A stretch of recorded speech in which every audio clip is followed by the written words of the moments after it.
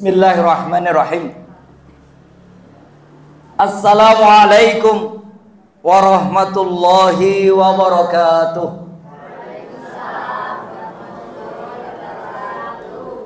Saya masuk musola ini agak bingung. Ini kalau sholat menghadap ke sini ya. Baratnya mana baratnya? Oh ya Allah, ada ini ya, mimbarnya di sini. Memang memanjang ke sana berarti ya. Saya agak bingung. Masuk masjid biasanya dari sana itu timur gitu. Ini barat. Karena saya bangun tidur. Jadi bangun tidur selama perjalanan dari Ba'da maghrib. Pagi udah kajian di Paralayang, Kemuning, kemudian berlanjut ke Al-Mu'min, Ngeruki, berlanjut beberapa kegiatan. Alhamdulillah, sebelum saya mulai kajian sampai di Musola Al-Fat yang sering dengar kisahnya sejak dulu, tapi baru pertama kali bisa silaturahmi di Musola Al-Fat ini. Masuk gang di atas tanggul, lihat kanan kiri, loh di bawah rumah, pijat bagus, pijat sini nanti bagus. Ada pijat bagus ya, mungkin juga pijat elek, khawatir ada pijat elek juga. Sebaiknya saya memperkenalkan diri dulu sebelum mulai kajian, biar tidak banyak tanya nanti siapa yang menyampaikan materi ini. Samsuddin Asrori, nama yang diberikan oleh Abah 47 tahun yang lalu. Lahir 23 Februari 1976 di Rumah Sakit Kartini Karanganyar. Kemudian di masa SMP alhamdulillah mewakili Kabupaten Karanganyar untuk mengikuti Jambore Pramuka Penggalang di Cibubur, Jakarta, dan mengikuti seleksi untuk Jambore Pramuka Dunia di Korea Selatan, Seoul, Korea Selatan. 92 masuk Al-Mu'min Ngeruki atas paksaan dari seorang ayah yang menginginkan anaknya jadi imam masjid. Akhirnya dijebloskan ke penjara suci namanya Al-Mu'min Ngeruki tahun 92 sampai 95, 3 tahun. Kemudian melanjutkan ke Muhammadiyah Boarding School di Indramayu, kuliah di IKIP Bandung untuk S1, kemudian ngambil S2 di Unisba, Universitas Islam Bandung. Sempat mulazamah di Al-Azhar Kairo Mesir, nggak sampai lama. Sempat singgah ke Gaza, Street of Gaza, Palestina. Mekah, Madinah sudah pasti dikunjungi. Mesir, Turki berada di sana juga. Alhamdulillah 9 tahun 99 menikah yang pertama. Nikah pertama para bapak sekalian. Perhatikan baik-baik para ibu, nikah yang pertama. Alhamdulillah sudah menikah dengan istri pertama.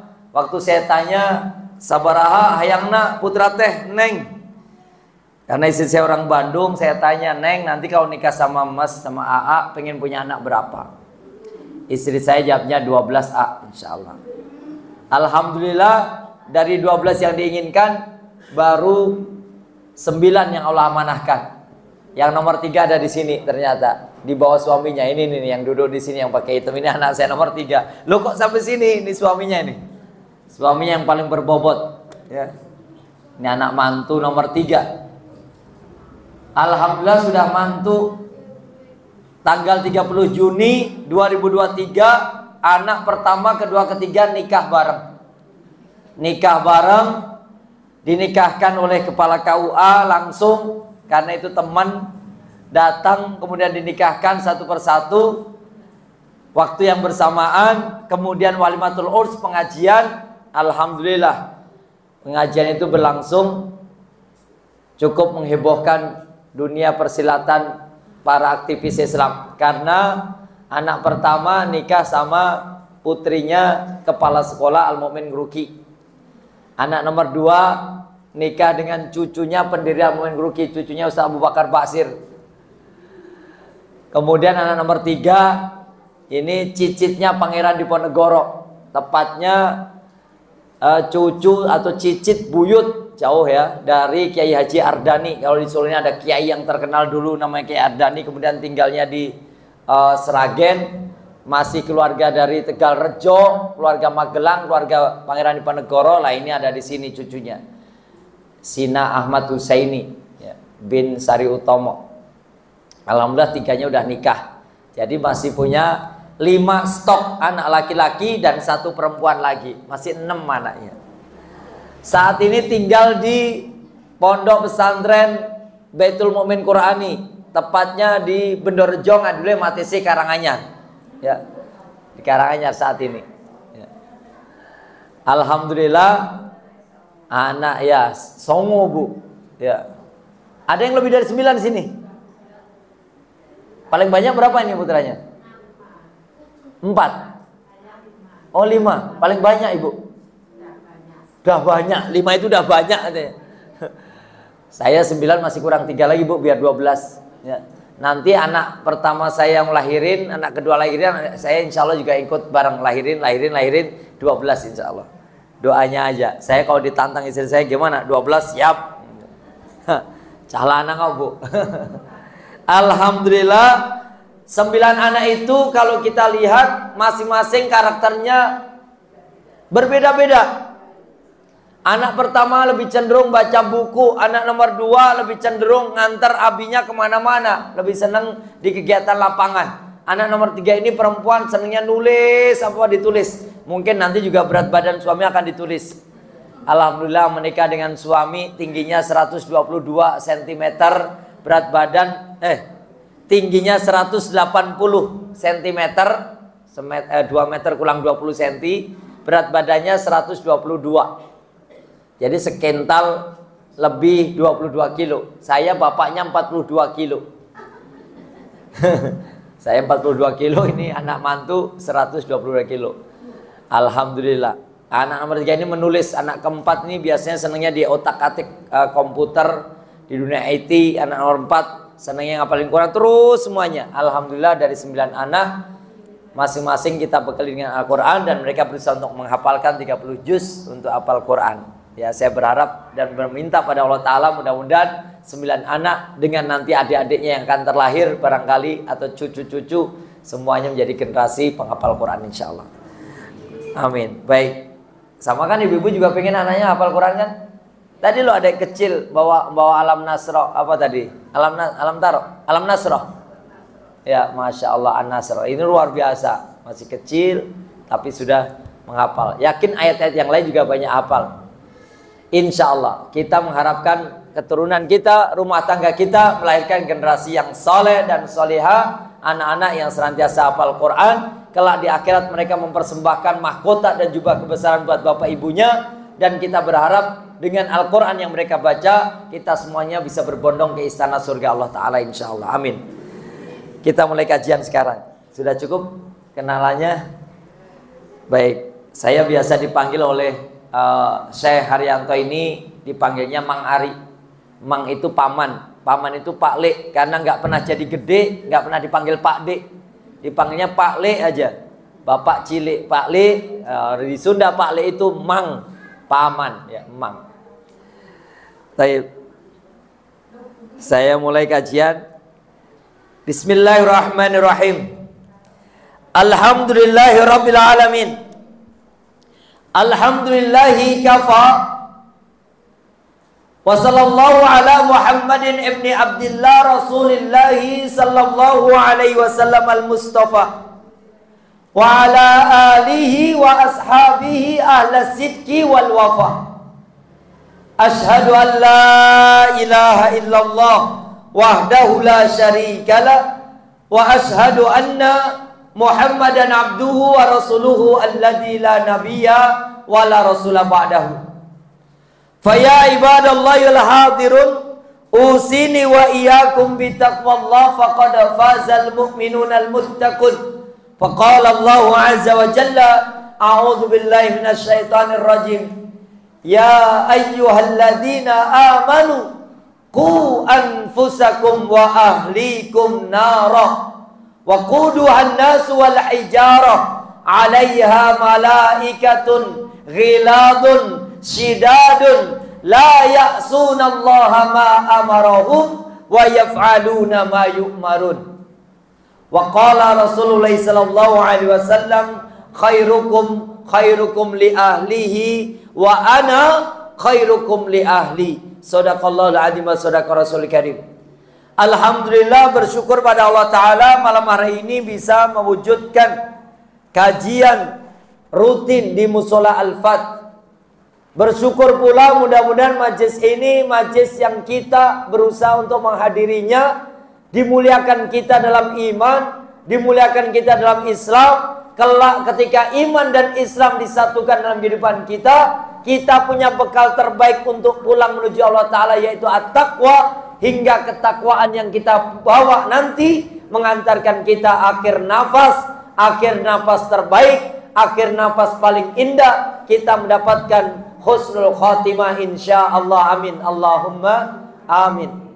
Selanjutnya marilah kita senandungkan salam dan sholawat kepada Nabi kita, teladan kita, Nabi Muhammad sallallahu alaihi wasallam wa ala alihi wa ashabihi wa man tabi'ahum bi ihsanin ila yaumil qiyamah. Ma'asyiral muslimin wal muslimah, jamaah kajian rutin Musola Al-Fat. Apa tepatnya ini Al-Fat ini? Kampung Sewu. Kampung Sewu ya? Masya Allah, ini yang disebut Kampung Sewu ya. Kok jadi merinding saya? Saya dulu kalau dengar Kampung Sewu takut. Isinya katanya minuman-minuman galak, wong-wong galak, semuanya galak-galak gitu. Waktu saya kecil sekolah di Ngeruki, itu nggak bisa kita ngisi pengajian di sana. Kampung Sewu, wedi gitu. Saya juga termasuk yang wedi, takut wedi. Wedi takut ya. Tapi masya Allah, berapa waktu kemudian dengar Musola Al-Fat, kajian Musola Al-Fat, tapi saya jarang mengingat nama Kampung Sewunya. Yang paling mengiang-iang di telinga saya Musola Al-Fat. Masya Allah, tempat orang-orang sholat. Al-Fat yang memang kemenangan, ya, kesuksesan, kejayaan dari jamaahnya insya Allah. Amin Allahumma amin. Siapapun yang mengadakan kajian di Musola Al-Fat mudah-mudahan mencapai kemenangan, kejayaan, kesuksesan, kesejahteraan hidup, kedamaian rumah tangga, dan keluarganya sakinah mawaddah warahmah insyaallah. Amin Allahumma amin. Ma'asyiral muslimin wal muslimah, sebelum saya menyampaikan ayat maupun hadis, suatu ketika datang ke pesantren saya ibu-ibu pakai jilbab warnanya ungu terong, pakai kaosnya pun ungu terong, dan banyak maaf, saking ketatnya kaos sampai bentuknya kayak terong. Celana trainingnya warnanya ungu terong, sandal jepitnya, alasnya warna putih, jepitnya juga ungu terong. Turun dari mobil, buka pintu gerbang pesantren kami. Ini pesantren namanya Ibnu Mubarak dulu. Lalu teriak begini, Pak Ustadz, nggak salam, nggak ngomong nyuwun sewu Pak Ustadz, nggak ngomong. Tiba-tiba, Ustadz, gara-gara Pak Ustadz loh, anak saya yang dulunya pendiam sekarang ini jadi anak yang nggak bener, ngomel-ngomel di rumah nasihatin saya terus. Anak saya loh yang dulunya kemana-mana naik motor boncengin tulkiem, sekarang nggak mau boncengin tulkiem. Tulkiem itu maksudnya teman perempuan. Anak saya loh yang dulu itu males masuk masjid, sekarang anak saya jadi seneng masuk masjid. Jadi heran, ibu ini kenapa kok jadi seperti itu? Ya, mestinya kalau anaknya rajin masuk masjid, seneng. Mestinya kalau anaknya sering nasihati orang tuanya, bahagia. Mestinya kalau anaknya nggak boncengin lagi tulkiem yang bukan istrinya, mestinya seneng dong. Ini enggak, ibu ini marah-marah. Lalu saya tanya, ibu ini siapa? Anak saya di SMP negeri. Dulu sebelum kenal ngaji sama Ustadz di Rohis, anak saya ini nggak seperti yang sekarang. Nggak ngomel-ngomel ke saya disuruh pakai kerudung, waktu sholat saya suruh sholat, waktunya saya ini ngaji suruh berangkat ngaji. Bawel anak saya sekarang. Bahkan setiap hari yang dulunya sering dia ini bersama temennya, sekarang lebih banyak di rumah, mengurung diri. Saya dengarkan di kamar, ternyata dia sibuk baca Quran. Saya pusing setiap anak saya baca Quran. Aneh nih. Dasar mama ungu terong, jadi dia kayak terong betul. Anaknya belajar ngaji, maknya pusing. Anaknya baca Quran, maknya merasa nggak nyaman, aneh. Mestinya kalau anaknya rajin ngaji, senang.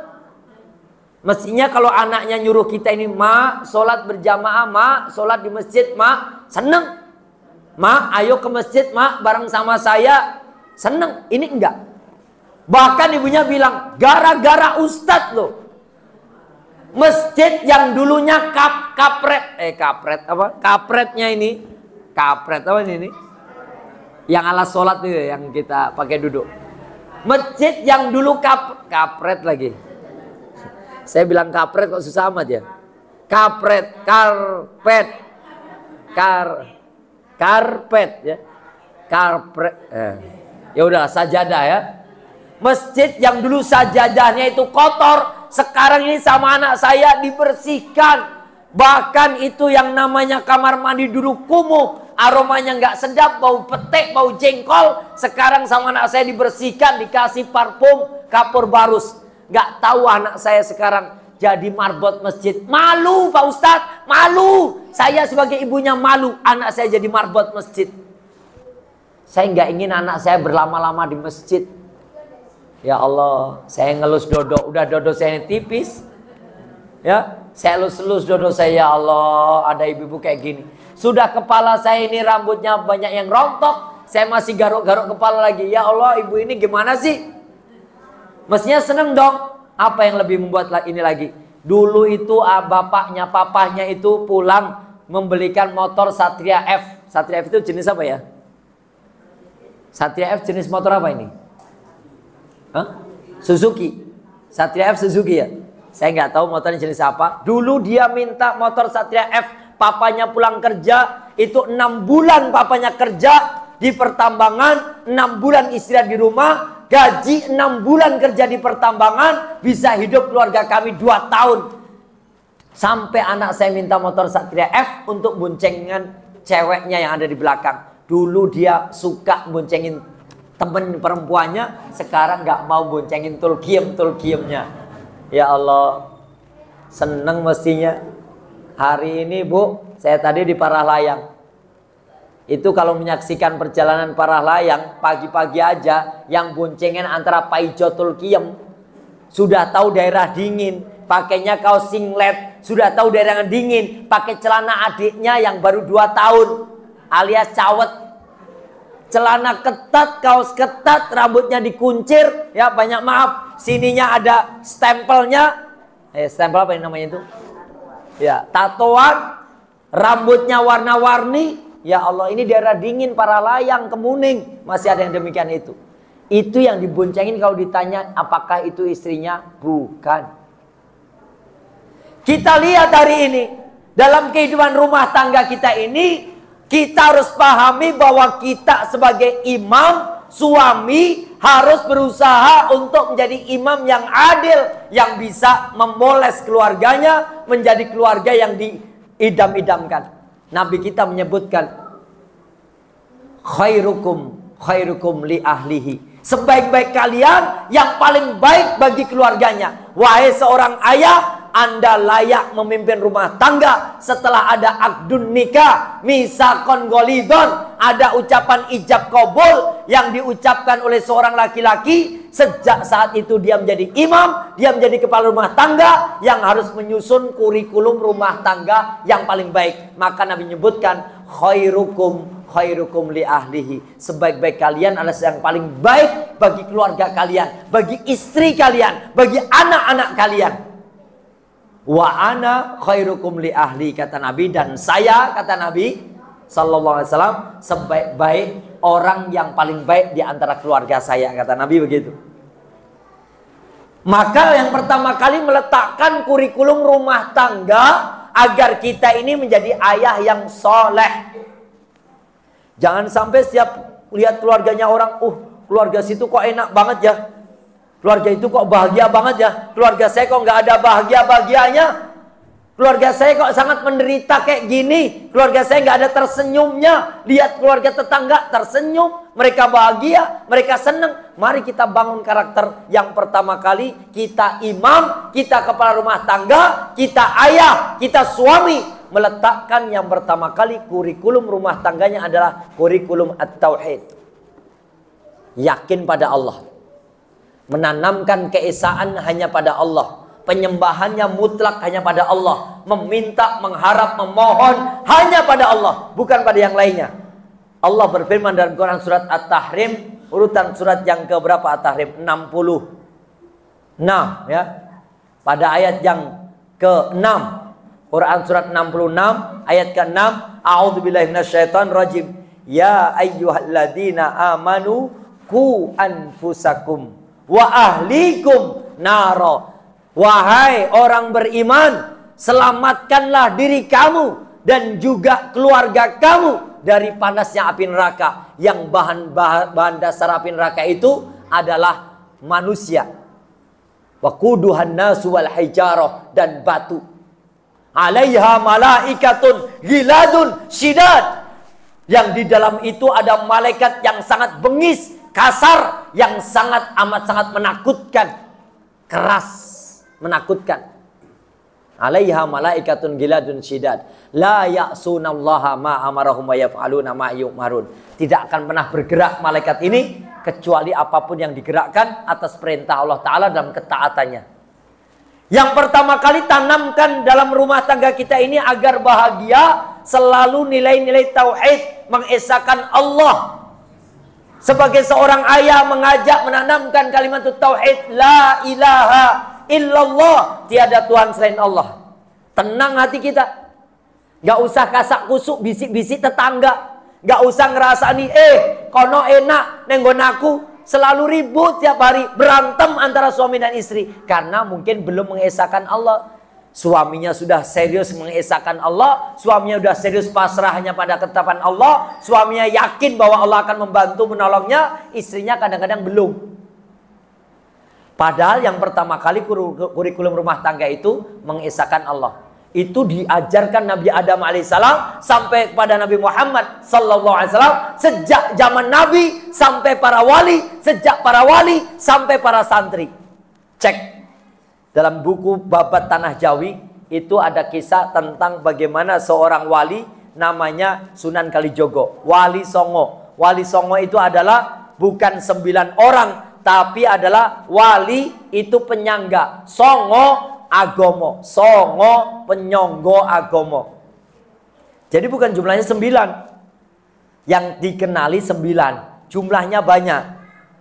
Maka disebut wali Songo, yang mewakili penyonggo agomo. Saya mendapatkan istilah wali Songo ini dari keturunan Amangkurat IV, yaitu kerajaan Pajang yang ada di Kartasura. Masih hidup sampai sekarang. Jadi adanya wali Songo itu adalah yang mewakili untuk menyonggo agomo. Bukan jumlahnya 9, yang dikenali namanya 9, tapi jumlahnya banyak. Maka disebut wali Songo, mewakili penyonggo agomo. Yang diajarkan salah satunya Sunan Kalijogo. Sunan Kalijogo itu pertama kali dakwah, tidak mengajak orang kecuali kepada nilai tauhid. Baik pada dirinya sendiri, kepada Sunan Kalijogo sendiri, maupun kepada keluarga besarnya. Beliau ngumpulkan rakyat Demak, ngumpulkan bonang, ngumpulkan, bawa bonang. Orang Demak dipanggil, woi, masyarakat Demak Bintoro, ya. Kabeh podo ngumpul, pol. Suara siapa sih itu? Karena beliau naik ke bukit, apa namanya itu? Yang di masjid namanya menoro, ya, menoro masjid. Kabeh podo ngumpul. Lalu setelah ngumpul, yang sedang bertani, yang sedang di laut, yang sedang ditambak ikan, yang sedang di pasar, yang sedang bercocok tanam. Suara siapa yang memanggil itu? Kanjeng Sunan, Wali Songo, penyonggo agomo. Begitu kumpul, ternyata ada bonang. Di depan Masjid Agung Demak ada bonang, dipukul Sunan Kalijogo. Semuanya pada diam karena mendengarkan suara bonang dipukul. Tong, tong, tong. Ibu-ibu tahu bonang? Yang warnanya kuning keemasan, pating pelentung kalau orang main wayangan. Kalau ada apa yang suka nyanyi campur sari, ledek ya, ledek ketek. Yang nyanyi di wayangan namanya apa? Ledek. yang pakai telepon sapi di sini. Sinden. Kok ledek ketek gimana sih? Sinden. Yang ada telepon sapi di belakangnya gede itu. Ya. Saya kadang-kadang heran, ini telepon sapi kok dipasang di kepala bagian belakang gede gitu. Ternyata rambut. Saya kira telepon sapi plek gitu, plek. Langsung kasih tusukan mie ayam plek plek gitu. Cuduk mentul ternyata.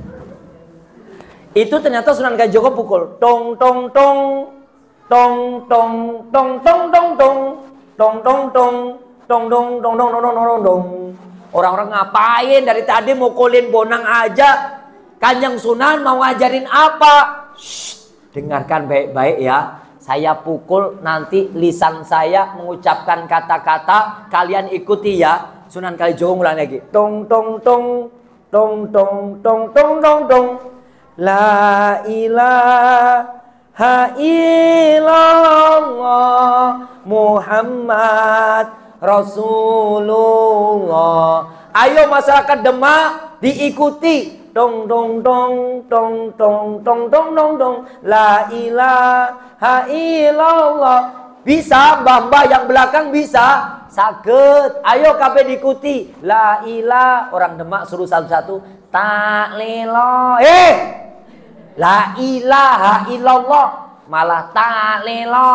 Lelo lelo lencung loh Bu. Lencung. Hah? Lendung. Lendung. Lendung. Yang benar lecung apa lendung? Bukan lencung. Kalau lencung telek PT. Telek lencung. Lendung ya. Tak lelo lelo lelo lendung. Mestinya begitu. Padahal yang diajarkan mestinya la ilaha illallah. Kenapa jadi tak lelo lelo lendung? Putuku sing bagus dewe, bagus kaya irus ya. Bagusnya kayak centong sayur. Padahal Sunan Kalijogo ngajarkan kalimat tauhid. Rumah tangga itu akan sakinah, tenang. Rumah tangga itu akan mawadah, mencapai kebahagiaan. Rumah tangga penuh dengan rahmat kasih sayang Allah. Kalau diawali kurikulum seorang imam, pimpinan rumah tangga, seorang ayah, suami menanamkan kalimat tauhid la ilaha illallah Muhammad Rasulullah. Itu sejak zaman para nabi. Sayangnya sekarang bapak-bapak enggak, belum mencanangkan kurikulum apa-apa dalam rumah tangga, sibuk kerja saja. Belum pernah ngomong ke istrinya, "Mah, aku mau kerja. Sebelum aku kerja, ingat ya, rumah tangga ini pertama kali aku akan selamatkan dunia. Aku akan bawa kalian semuanya ke surga Allah Ta'ala. Kita akan sehidup sesurga, bukan sehidup semati. Karena banyak orang sehidup semati, hidupnya bareng-bareng di dunia, matinya gak melebu surga. Maka lebih baik sehidup sesurga. Dengan apa kunci masuk surga itu? La ilaha illallah Muhammad Rasulullah. Itu tenang hidupnya. Saya juga begitu. Istri saya itu saya nikahi 17 tahun. Ini anak saya ini 19 tahun nikah. Awalnya uminya bilang gini, "Teteh, serius teteh siap nikah?" "Iya Mi, insya Allah bismillah siap nikah." "Jangan dulu teh, belajar dulu, teteh baru 19 tahun. Langsung tetehnya anak saya nomor 3 ini, "Lah, Umi aja dulu nikahnya 17 tahun. Iya ya, ya udahlah nikah aja." Ngalah kira istri saya. Dulu saya nikah 17 tahun, Bu. Saya ustadz, guru muda di sebuah pondok pesantren di Jawa Barat. Lalu istri saya itu santriwati. Nikah pada tanggal 2 Januari 99. Lahir anak pertama Desember 99. Waktu awal nikah saya selalu bilang, "Pokoknya kamu belajar dulu Neng, baca buku Neng. Ini ada buku Neng. Nanti pulang dari belajar, dari baca buku, AA pulang dari ngajar, saya cek, AA cek sudah sampai mana bacaannya." Ternyata banyak buku yang dia baca. Dan selalu yang saya berikan pada dia, tanamkan rasa takut pada Allah. Pondasi pertama rumah tangga hanya Allah melihat kita, Allah memandang kita, Allah akan menilai kita, Allah akan menjadikan kaya kita, Allah akan menyehatkan kita, Allah akan sukseskan kita. Hanya Allah yang membuat kita kaya, membuat kita sukses, membuat kita sehat, membuat kita bahagia. Hanya Allah. Itu yang pertama kali saya sampaikan pada istri saya. Maka la ilaha illallah. Aman hidup kita.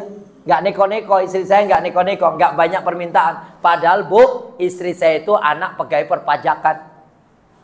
Bapaknya istri, berarti kakeknya anak saya ini, itu bendahara perpajakan Kota Bogor, Bandung, Tasikmalaya, dan Sumedang.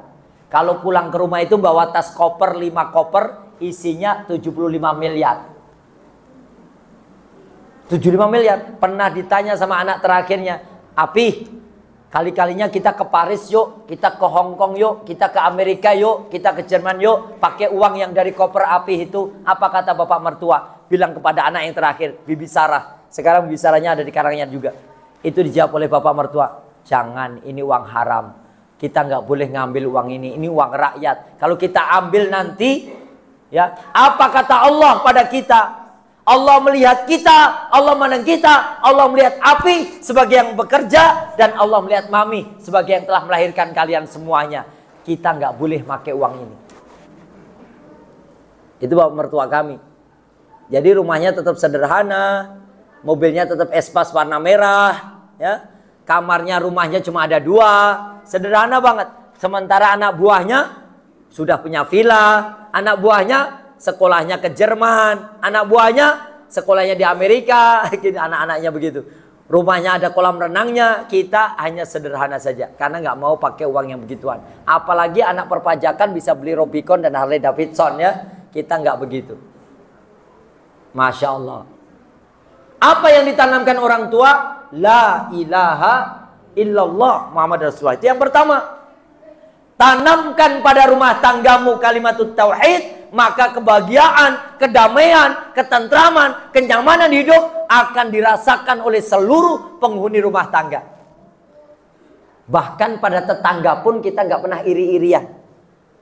Kan banyak kalau tetangganya beli apa, kita pengen beli apa lagi. Tetangga beli LCD loh, TV yang bisa nempel di dinding itu, ini 21 in. Halah, itu cuma 21 in. Kita bisa beli yang lebih gede daripada itu. Akhirnya bersaing.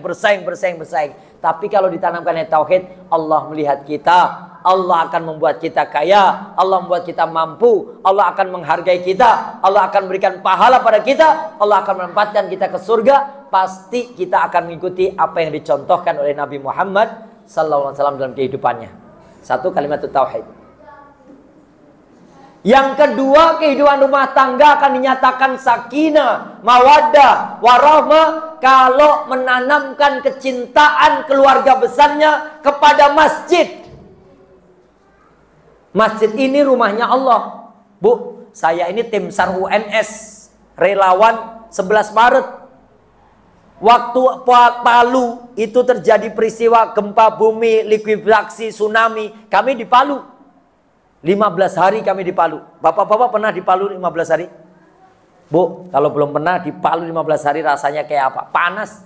Saya di Palu 15 hari. Dulu saya ini tampan, gagah, keren. Tapi karena di Palu 15 hari agak sedikit kurang tampan gitu. Di Palu 15 hari itu panas.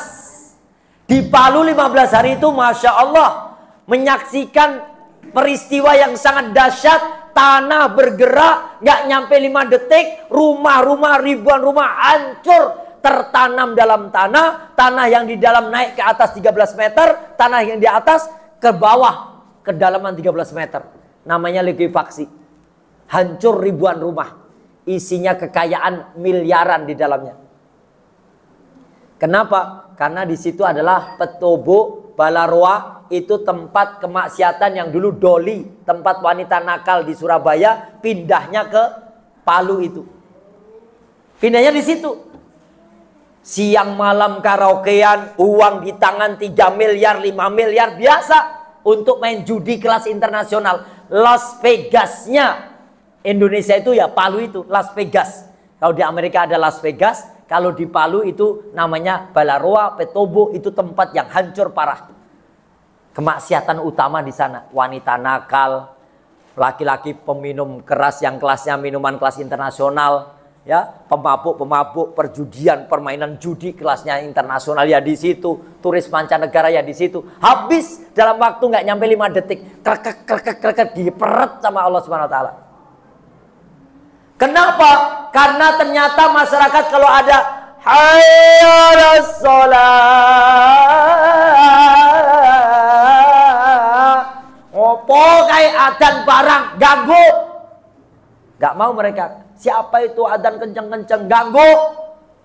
Gak usah pakai pengeras suara. Kami gak suka. Kami suka dengan karaoke. Kami suka poco-poco. Kami suka dangdut. Banding-banding ke.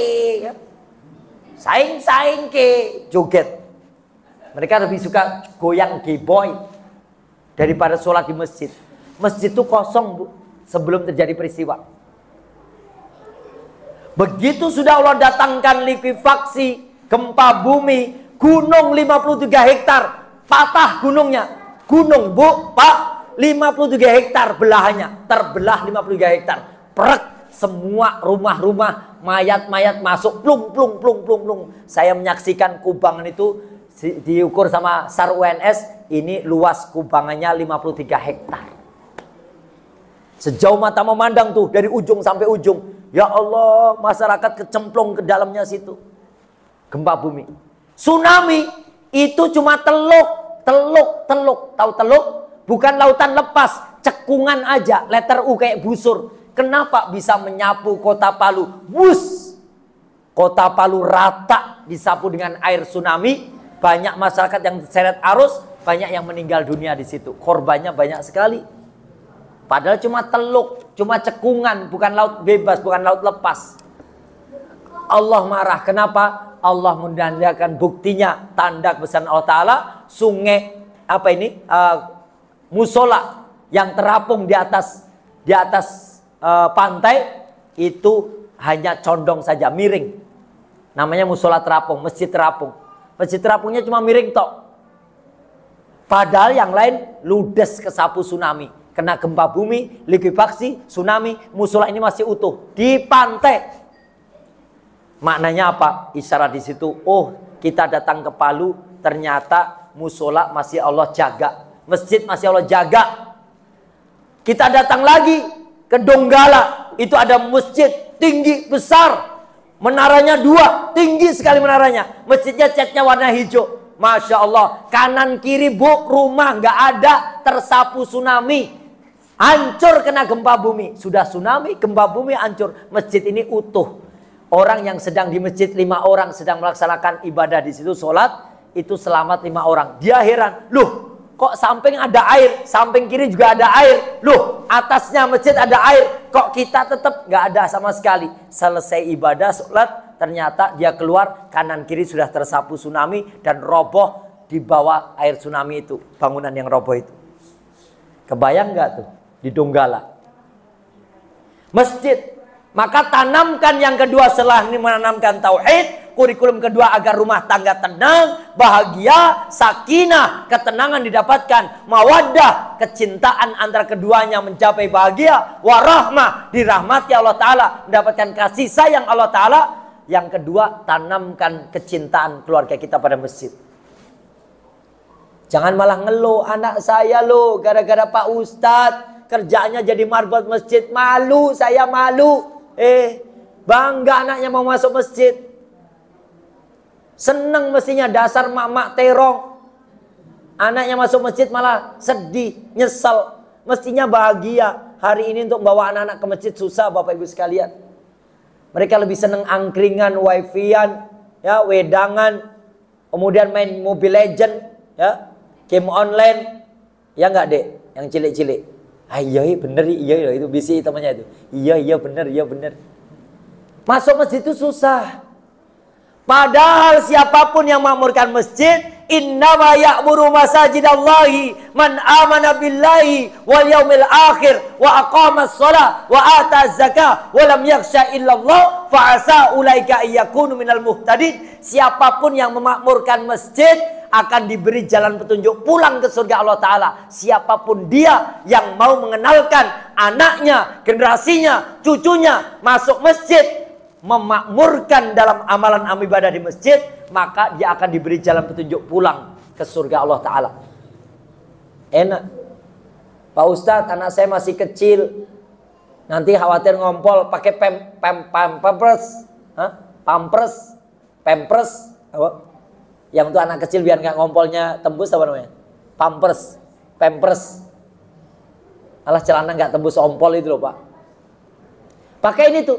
Pak Ustadz, nanti mereka lari-lari. Biarkan lari-lari di masjid daripada lari-lari di angkringan, wedangan, wifi-an. Daripada lari-lari di alun-alun. Daripada lari tempat yang enggak. Mending lari-lari di masjid. Karena masih anak kecil. Pak Ustadz, kalau saya sholat nanti Allahu Akbar, dia lewat depan saya. Nggak apa-apa. Kali-kalinya dia lewat depan kita. Kali-kalinya dia melihat, bapakku sedang ruku. Ngapain ayah ini? Oh, ayah sedang ruku. Ketika ayah sujud, ngapain ya? Kok ayah tadi nyiumin karpet? Emangnya karpetnya bau ya? Ya, bukan nak, bukan karpetnya bau, tapi ayah sedang sujud. Kok ayah sujudnya kok di sini? Kok nggak di rumah aja? Di rumah juga ayah sujud nak kalau sholat sunnah. Di masjid ayah sholat wajib, ayah sujud di masjid karena ayah sedang menyembah Allah, sujud pada Allah, berdoa pada Allah. Anaknya seneng. Walaupun datang ke masjid mereka masih ribut, tapi kita bahagia. Karena dia akan memandangi ayahnya yang mau memakmurkan masjid. Dia pun kelak akan memakmurkan masjid. Melihat masjid itu udah kebahagiaan yang luar biasa. Dan Nabi mengatakan, man bana masjidan yabtaghi bihi wajhallah banalahu baitan fil jannah mislah. Barang siapa yang membangun rumah Allah Ta'ala di dunia dengan memakmurkannya, dengan selalu mengisi dengan acara-acara yang mulia, pengajian Islam, majelis ilmu, ya, sholat 5 waktu, wirid dzikir, iktikaf atau apapun amalan di masjid, maka kelak dia akan juga dibangunkan istana yang semisal di surga Allah Ta'ala. Enak. Jadi cuma menghadiri pengajian di masjid aja bagian memakmurkan masjid. Kita berharap nanti dibangunkan istana di surga Allah Ta'ala. Bawa anak-anak. Ayo le, ayo nduk, semua anak cucu berangkat ke masjid. Hanya dengan pengajian. Nanti oleh snack lumayan. Walaupun snacknya cuma 3 jenis. Tapi enak kabeh. Aku belum sempat makan. Ibu-ibu udah habis. Oh masih utuh deh. Belum sempat juga. Walaupun hanya mendapatkan snack. Tapi bukan inti. Itu acara untuk. Yang inti adalah siraman ruh. Yang hatinya mulai disirami dengan ilmu Islam. Di masjid tempatnya. 2. Yang ketiga, ketenangan itu akan didapatkan, kedamaian kalau dikomunikasikan dengan baik, yaitu Al-Quran. Nggak boleh ditinggalkan. Siapa yang tidak mengenal kitab suci Al-Quran? Dia mengaku bahwa Al-Quran adalah kitab sucinya, tapi dia nggak bisa membacanya, maka wajib bagi dirinya belajar membaca Al-Quran. Karena 1 huruf dari Al-Quran kita baca, pahalanya 10 kebaikan. Dan kalau anak kita ini bisa membaca, bisa menghafalkannya, berarti setiap anak yang pandai membaca bisa menghafalkannya, layak baginya surga, dan bisa memberikan syafaat pada 10 anggota keluarganya. Masya Allah. Maka kalau ibu-ibu sekalian pengen nanti memberi pahala pada bapaknya atau ibunya yang sudah tua atau sudah meninggal dunia, belajar baca Quran. Udah nggak jelas Pak Ustadz, hurufnya kecil-kecil. Takmir masjid, mulai fotokopi selembar-lembar HVS. Lembar HVS, kertas putih. Huruf hijaiyah, tempelkan di dinding bagian belakang masjid.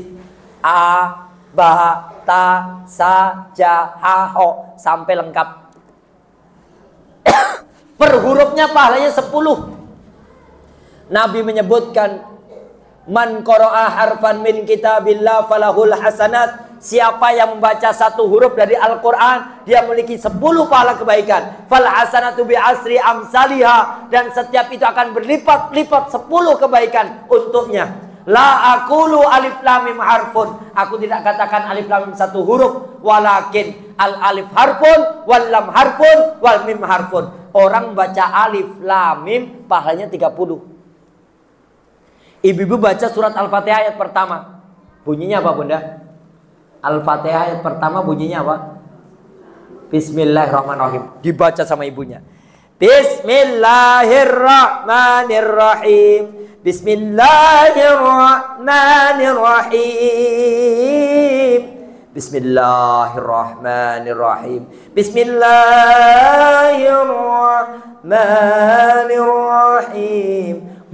Bunda dari tadi bismillah mulu. Iya nak, bunda sedang belajar surat Al-Fatihah ayat pertama. Kata Pak Ustadz, 1 huruf pahalanya 10 kebaikan. Bunda baru bisa baca Bismillahirrahmanirrahim. Surat Al-Fatihah ayat pertama bunyinya Bismillahirrahmanirrahim. Berapa huruf bunda? Cicing.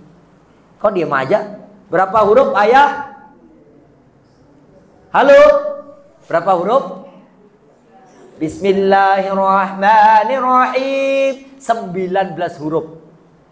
Berarti kalau kita baca Bismillahirrahmanirrahim pahalanya berapa? 19 kali 10 190 pahala kebaikan. Baru baca Bismillahirrahmanirrahim. Nanti kalau 1 huruf 10 pahala kebaikan, di rumah fotokopi huruf nun. Surat Al-Qalam ayat pertama nun wal qalam wa yasturun. Nanti kalau dipanggil anaknya, mama nun yes 10. Mama nun yes 30. Mama dipanggil dari tadi gak jawab. Aku udah jawab nak. Nun sambil melihat huruf. Huruf nun itu 1 huruf pahalanya 10 kebaikan. Pak Ustadz matanya udah nggak jelas, tanpa kacamata nggak bisa melihat apa-apa. Di fotokopi yang besar, di laminating, tempelkan di dinding rumah. Hafalkan. Nun, waw, ba, mim, lam. Hafalkan. Harus kreatif. Berapa sih harganya? Cuma selembar, kemudian di laminating, kemudian ditempelkan di dinding.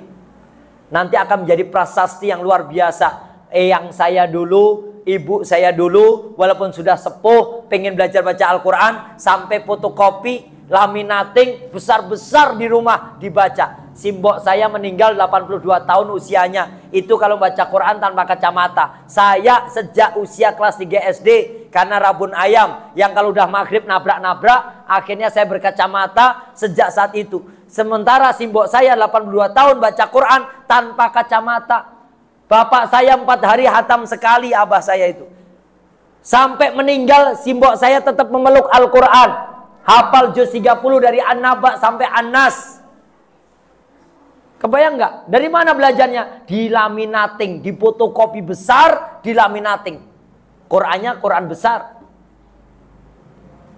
Bahkan kalau anak kita pandai baca Quran dan bisa menghafalkannya, ada kholahullahul jannata. Kata Nabi, dijamin anak kita masuk surga. Wasyafahu fi asri min ahli baitihi. Bahkan setiap satu anak memberikan syafaat pada 10 anggota keluarganya. Kulluhum qad istaujaban nar. Sekalipun 10 itu sebenarnya di neraka, bisa mendapat syafaat dari satu anak yang pandai baca Quran dan bisa menghafalkannya. Syafaat.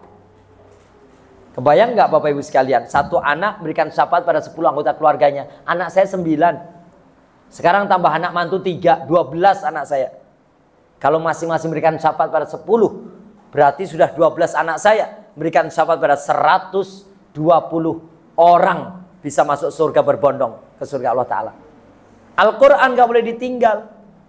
Al-Quran ini adalah memuliakan kita, menjamin kita, bahkan memberikan syafaat kita nanti di akhirat. Al-Quran bisa memberikan syafaat pada kita, menyelamatkan kita dari panasnya api neraka. Maka wajib untuk dikaji. Termasuk diantaranya pengajian seperti ini, sedang mendengarkan ayat Al-Quran yang dibacakan dan hadis Nabi yang disampaikan.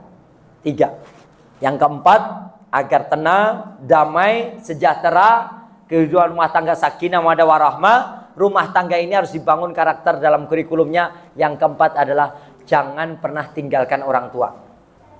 Kunci sukses sehebat apapun kita tanpa orang tua gak pernah bahagia. Itu kunci. Tapi kalau kita selalu ingat orang tua, Pak Ustadz, orang tua saya belum mau sholat, gak apa-apa, kita lahir dari rahim dia.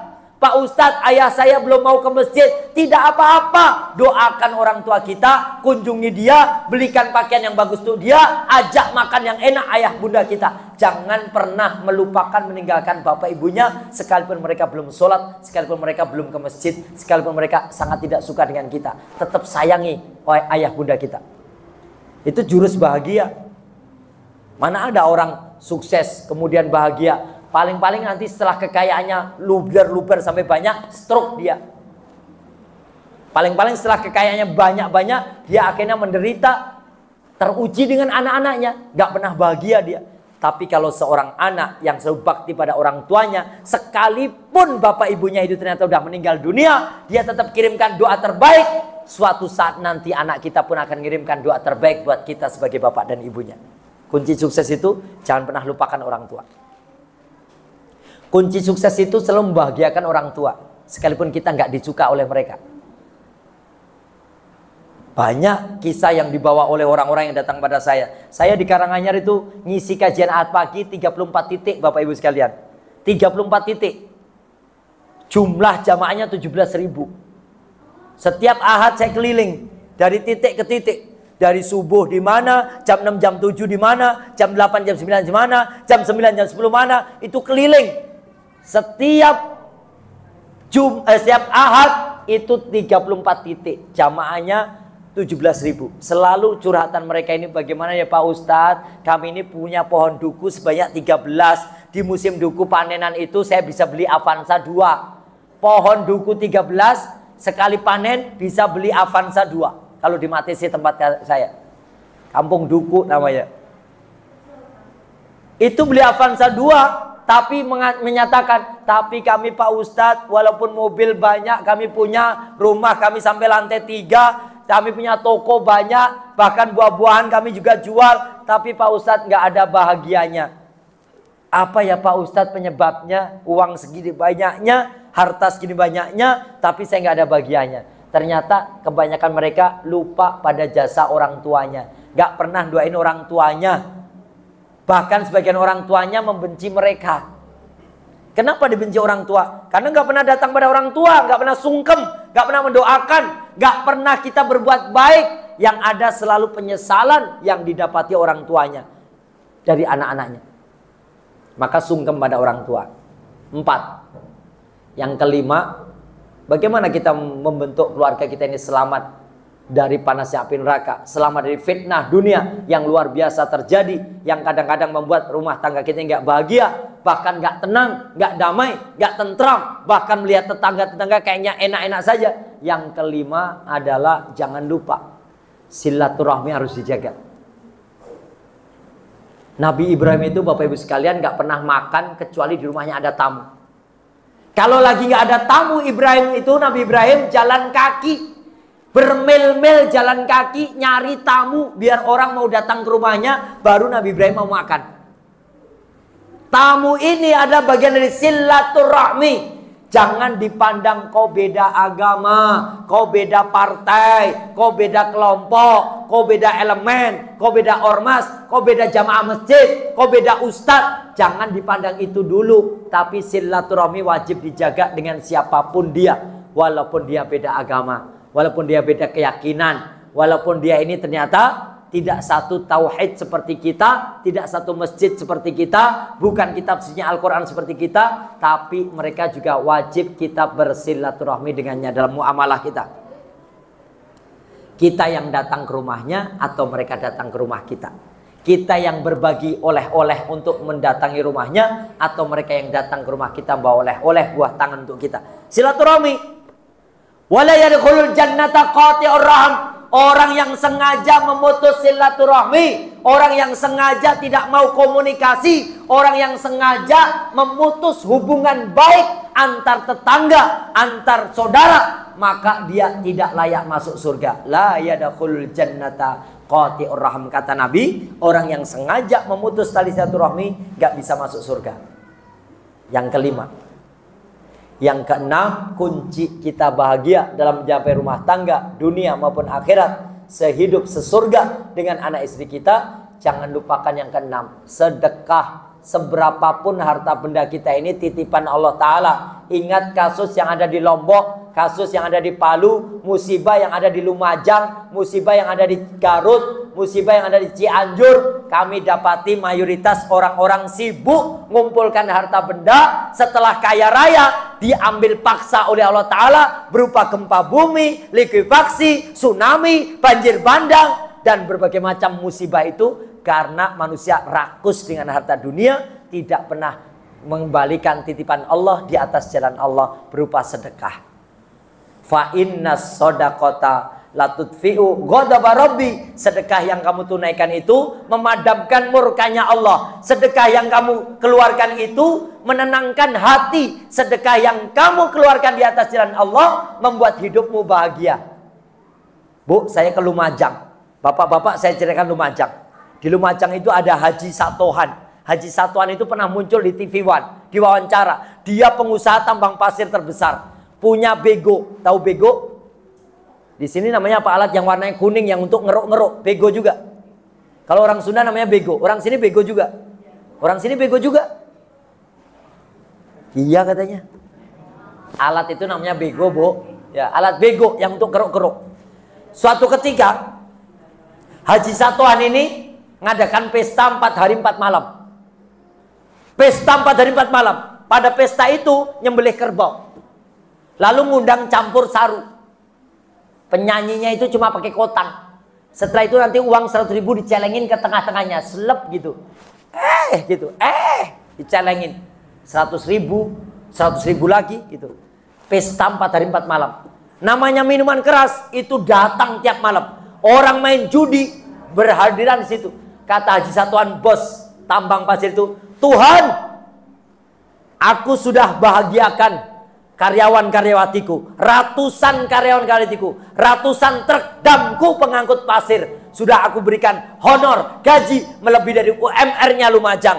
UMR Lumajang cuma 1.700.000, saya berikan 2 juta tiap bulan pada sopir-sopirku, 2 juta pada karyawati-karyawatiku. Aku sudah bahagiakan mereka. Tuhan, ini semua karena Engkau telah mengirimkan pasir-pasir yang bagus sehingga terkenal pasirku di tambang pasirku. Aku datangkan alat berat, yaitu 3 alat yang baru setelah yang 5 untuk ngeruk pasir-pasir di tambang pasirku. Aku pesta, aku datangkan mereka berbahagia, aku sembelihkan kerbau. Dan ini Tuhan, kepala kerbonya aku tanam di bumi untuk sajen buat Engkau ya Tuhan. Kepala kerbonya dipakai sajen. Apa kata Haji Satohan? Tuhan, semua ini aku lakukan agar pasir-pasir bisa berdatangan yang lebih banyak sehingga tambang pasirku kekal abadi, gak pernah habis. Kirimkan pasir yang lebih banyak, wahai Tuhan. Dikirimkan Allah pasir panas.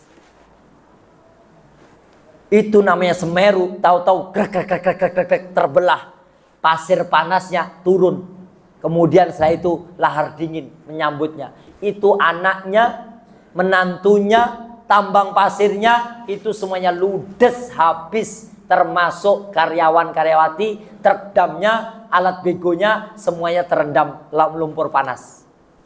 Saya di Lumajang, saya ketemu sama Haji Satohannya, saya datang ke rumahnya. Rumah yang mentereng itu hanya sebagai tanda prasasti. Allah lewatkan itu di sampingnya, biar dia nggak sombong lagi. Perusahaan pasirnya habis ludes. Sekejap.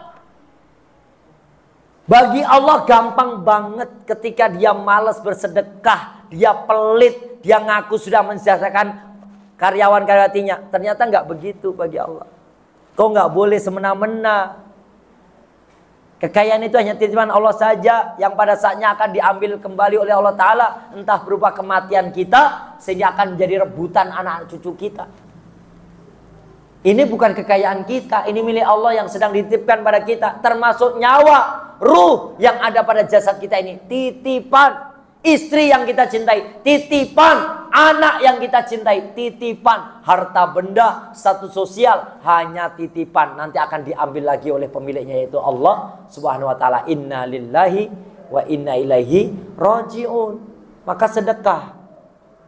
Sedekah itu memadamkan murkanya Allah. Sedekah itu membuat sejahtera kehidupan manusia. Sedekah itu menghentikan tsunami. Sedekah itu menghentikan likuifaksi. Sedekah itu menghentikan banjir bandang. Sedekah itu menolak bala. Sedekah itu menolak musibah. Sedekah itu mengurangi petaka dan ujian hidup.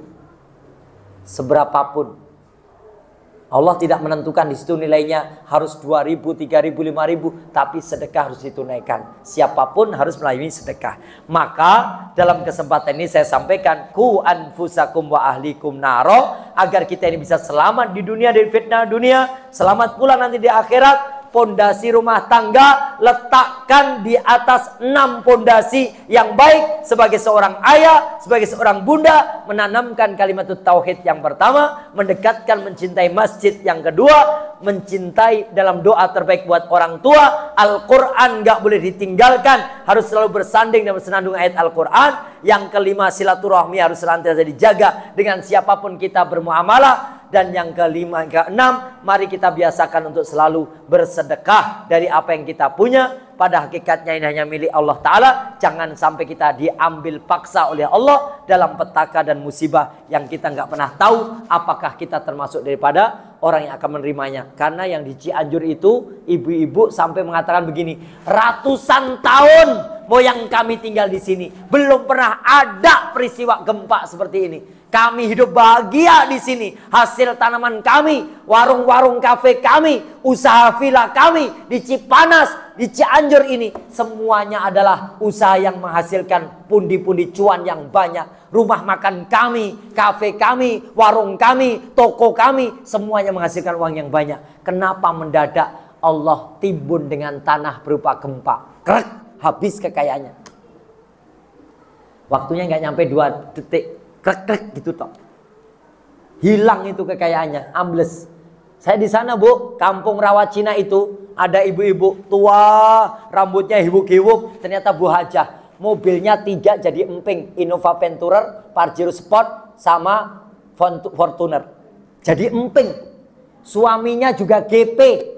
Ketimbun 2 lantai rumahnya. Anaknya 3 mecedel, meninggal di situ. Sementara ibu itu tinggal sendirian, habis kekayaannya, ludes, hanya bisa meraung-raung aja. 7 hari setelah peristiwa, gak mau bicara, gak mau mandi, gak mau makan, gak mau tidur, meratapi kekayaannya yang hilang. Dulu waktu kaya, keluar pintu gerbang, naik Innova Venturer.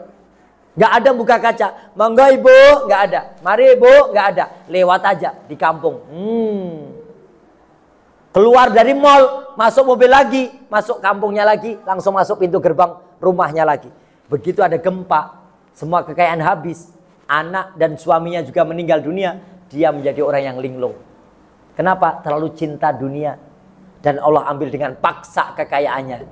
Gak pernah sedekah, gak pernah membantu tetangga, gak pernah senyum melihat tetangganya. Naudzubillah. Maka sedekah sebagai pondasi yang keenam yang harus kita tanamkan pada rumah tangga kita agar bahagia. Kita selalu menyapai kebahagiaan, tidak kasak kusuk dengan yang lain, tapi kita gantungkan semua persoalan pada Allah Ta'ala. Kita selalu memohon solusi dan keluar dari Allah Ta'ala, menanamkan pada anak-anak kita, man rabba saghiran hatta yaqul la ilaha illallah Muhammadur Rasulullah lam yuhasibhullah azza wa jalla. Siapapun yang menanamkan kalimat tauhid la ilaha illallah pada anak-anaknya sampai anaknya bisa mengucapkan la ilaha illallah lam yuhasibhullah azza wa jalla, nanti di akhirat gak akan dihisab bapak ibunya. Ini kerjaan yang paling ringan sebenarnya. Maka kurikulum terbaik 6 yang saya sampaikan tadi. Mudah-mudahan Allah mudahkan kita semuanya menjadi keluarga yang sakinah mawaddah warahmah, mencetak anak kita menjadi qurrata ayun, perhiasan rumah tangga kita. Mereka menjadi anak-anak yang pandai baca Quran, anak-anak yang lisannya selalu basah bersenandung ayat Al-Quran, anak-anak yang 5 waktunya bisa sholat berjamaah bersama dengan umat, anak-anak yang selalu menyambung silaturahmi dengan teman dan kerabatnya, anak-anak yang senantiasa mendoakan doa terbaik buat ayah bundanya, dan mereka anak yang rajin untuk menyisihkan sebagian rizkinya untuk disedekahkan di atas jalan Allah Ta'ala. Mudah-mudahan anak-anak kita menjadi generasi yang soleh dan solihah, muhafid, muhafidah, mujahid, mujahidah, yang kelak mereka akan mempersembahkan istana surga bagi keluarga besarnya, bersama-sama tinggal bersama Allah Subhanahu wa taala insyaallah. Amin Allahumma amin. Innallaha wa malaikatahu yusholluna 'alan nabi ya ayyuhalladzina amanu shallu 'alaihi wa sallimu taslima bi rahmatika arhamar rahimin. Allahumma ighfir lil mu'minina wal mu'minat wal muslimina wal muslimat al ahya minhum wal amwat innaka sami'un qaribun mujibud da'wat. Rabbana dhalamna anfusana wa illam taghfir lana wa tarhamna lanakunanna minal khasirin. Rabbana hab lana min azwajina wa dzurriyyatina qurrata a'yun waj'alna lil muttaqina imama waj'alna lil muttaqina imama waj'alna lil muttaqina imama. Rabbana hab lana muqimas shalah Rabbana hab lana muqimas muqimas shalah wa min dzurriyyatina rabbana wa taqabbal du'a rabbana hab lana minas shalihin rabbana hab lana minas shalihin rabbana hab lana minas shalihin Allahumma inna nas'alukal huda wat tuqa wal afafa wal ghina Allahumma ij'al hubbaka wa hubba rasulika wa hubbal amali bidinika ahabul amal ila qulubina ya arhamar rahimin rabbana atina fid dunya hasanah wa fil akhirati hasanah wa qina adzabannar wa qina adzabannar subhana rabbika rabbil izzati amma yasifun wa salamun alal mursalin walhamdulillahi rabbil alamin aqulu qouli hadza wastaghfirullahal azim innahu ghafurur rahim walhamdulillahi rabbil alamin wassalamu alaikum warahmatullahi wabarakatuh. Waalaikumsalam warahmatullahi wabarakatuh.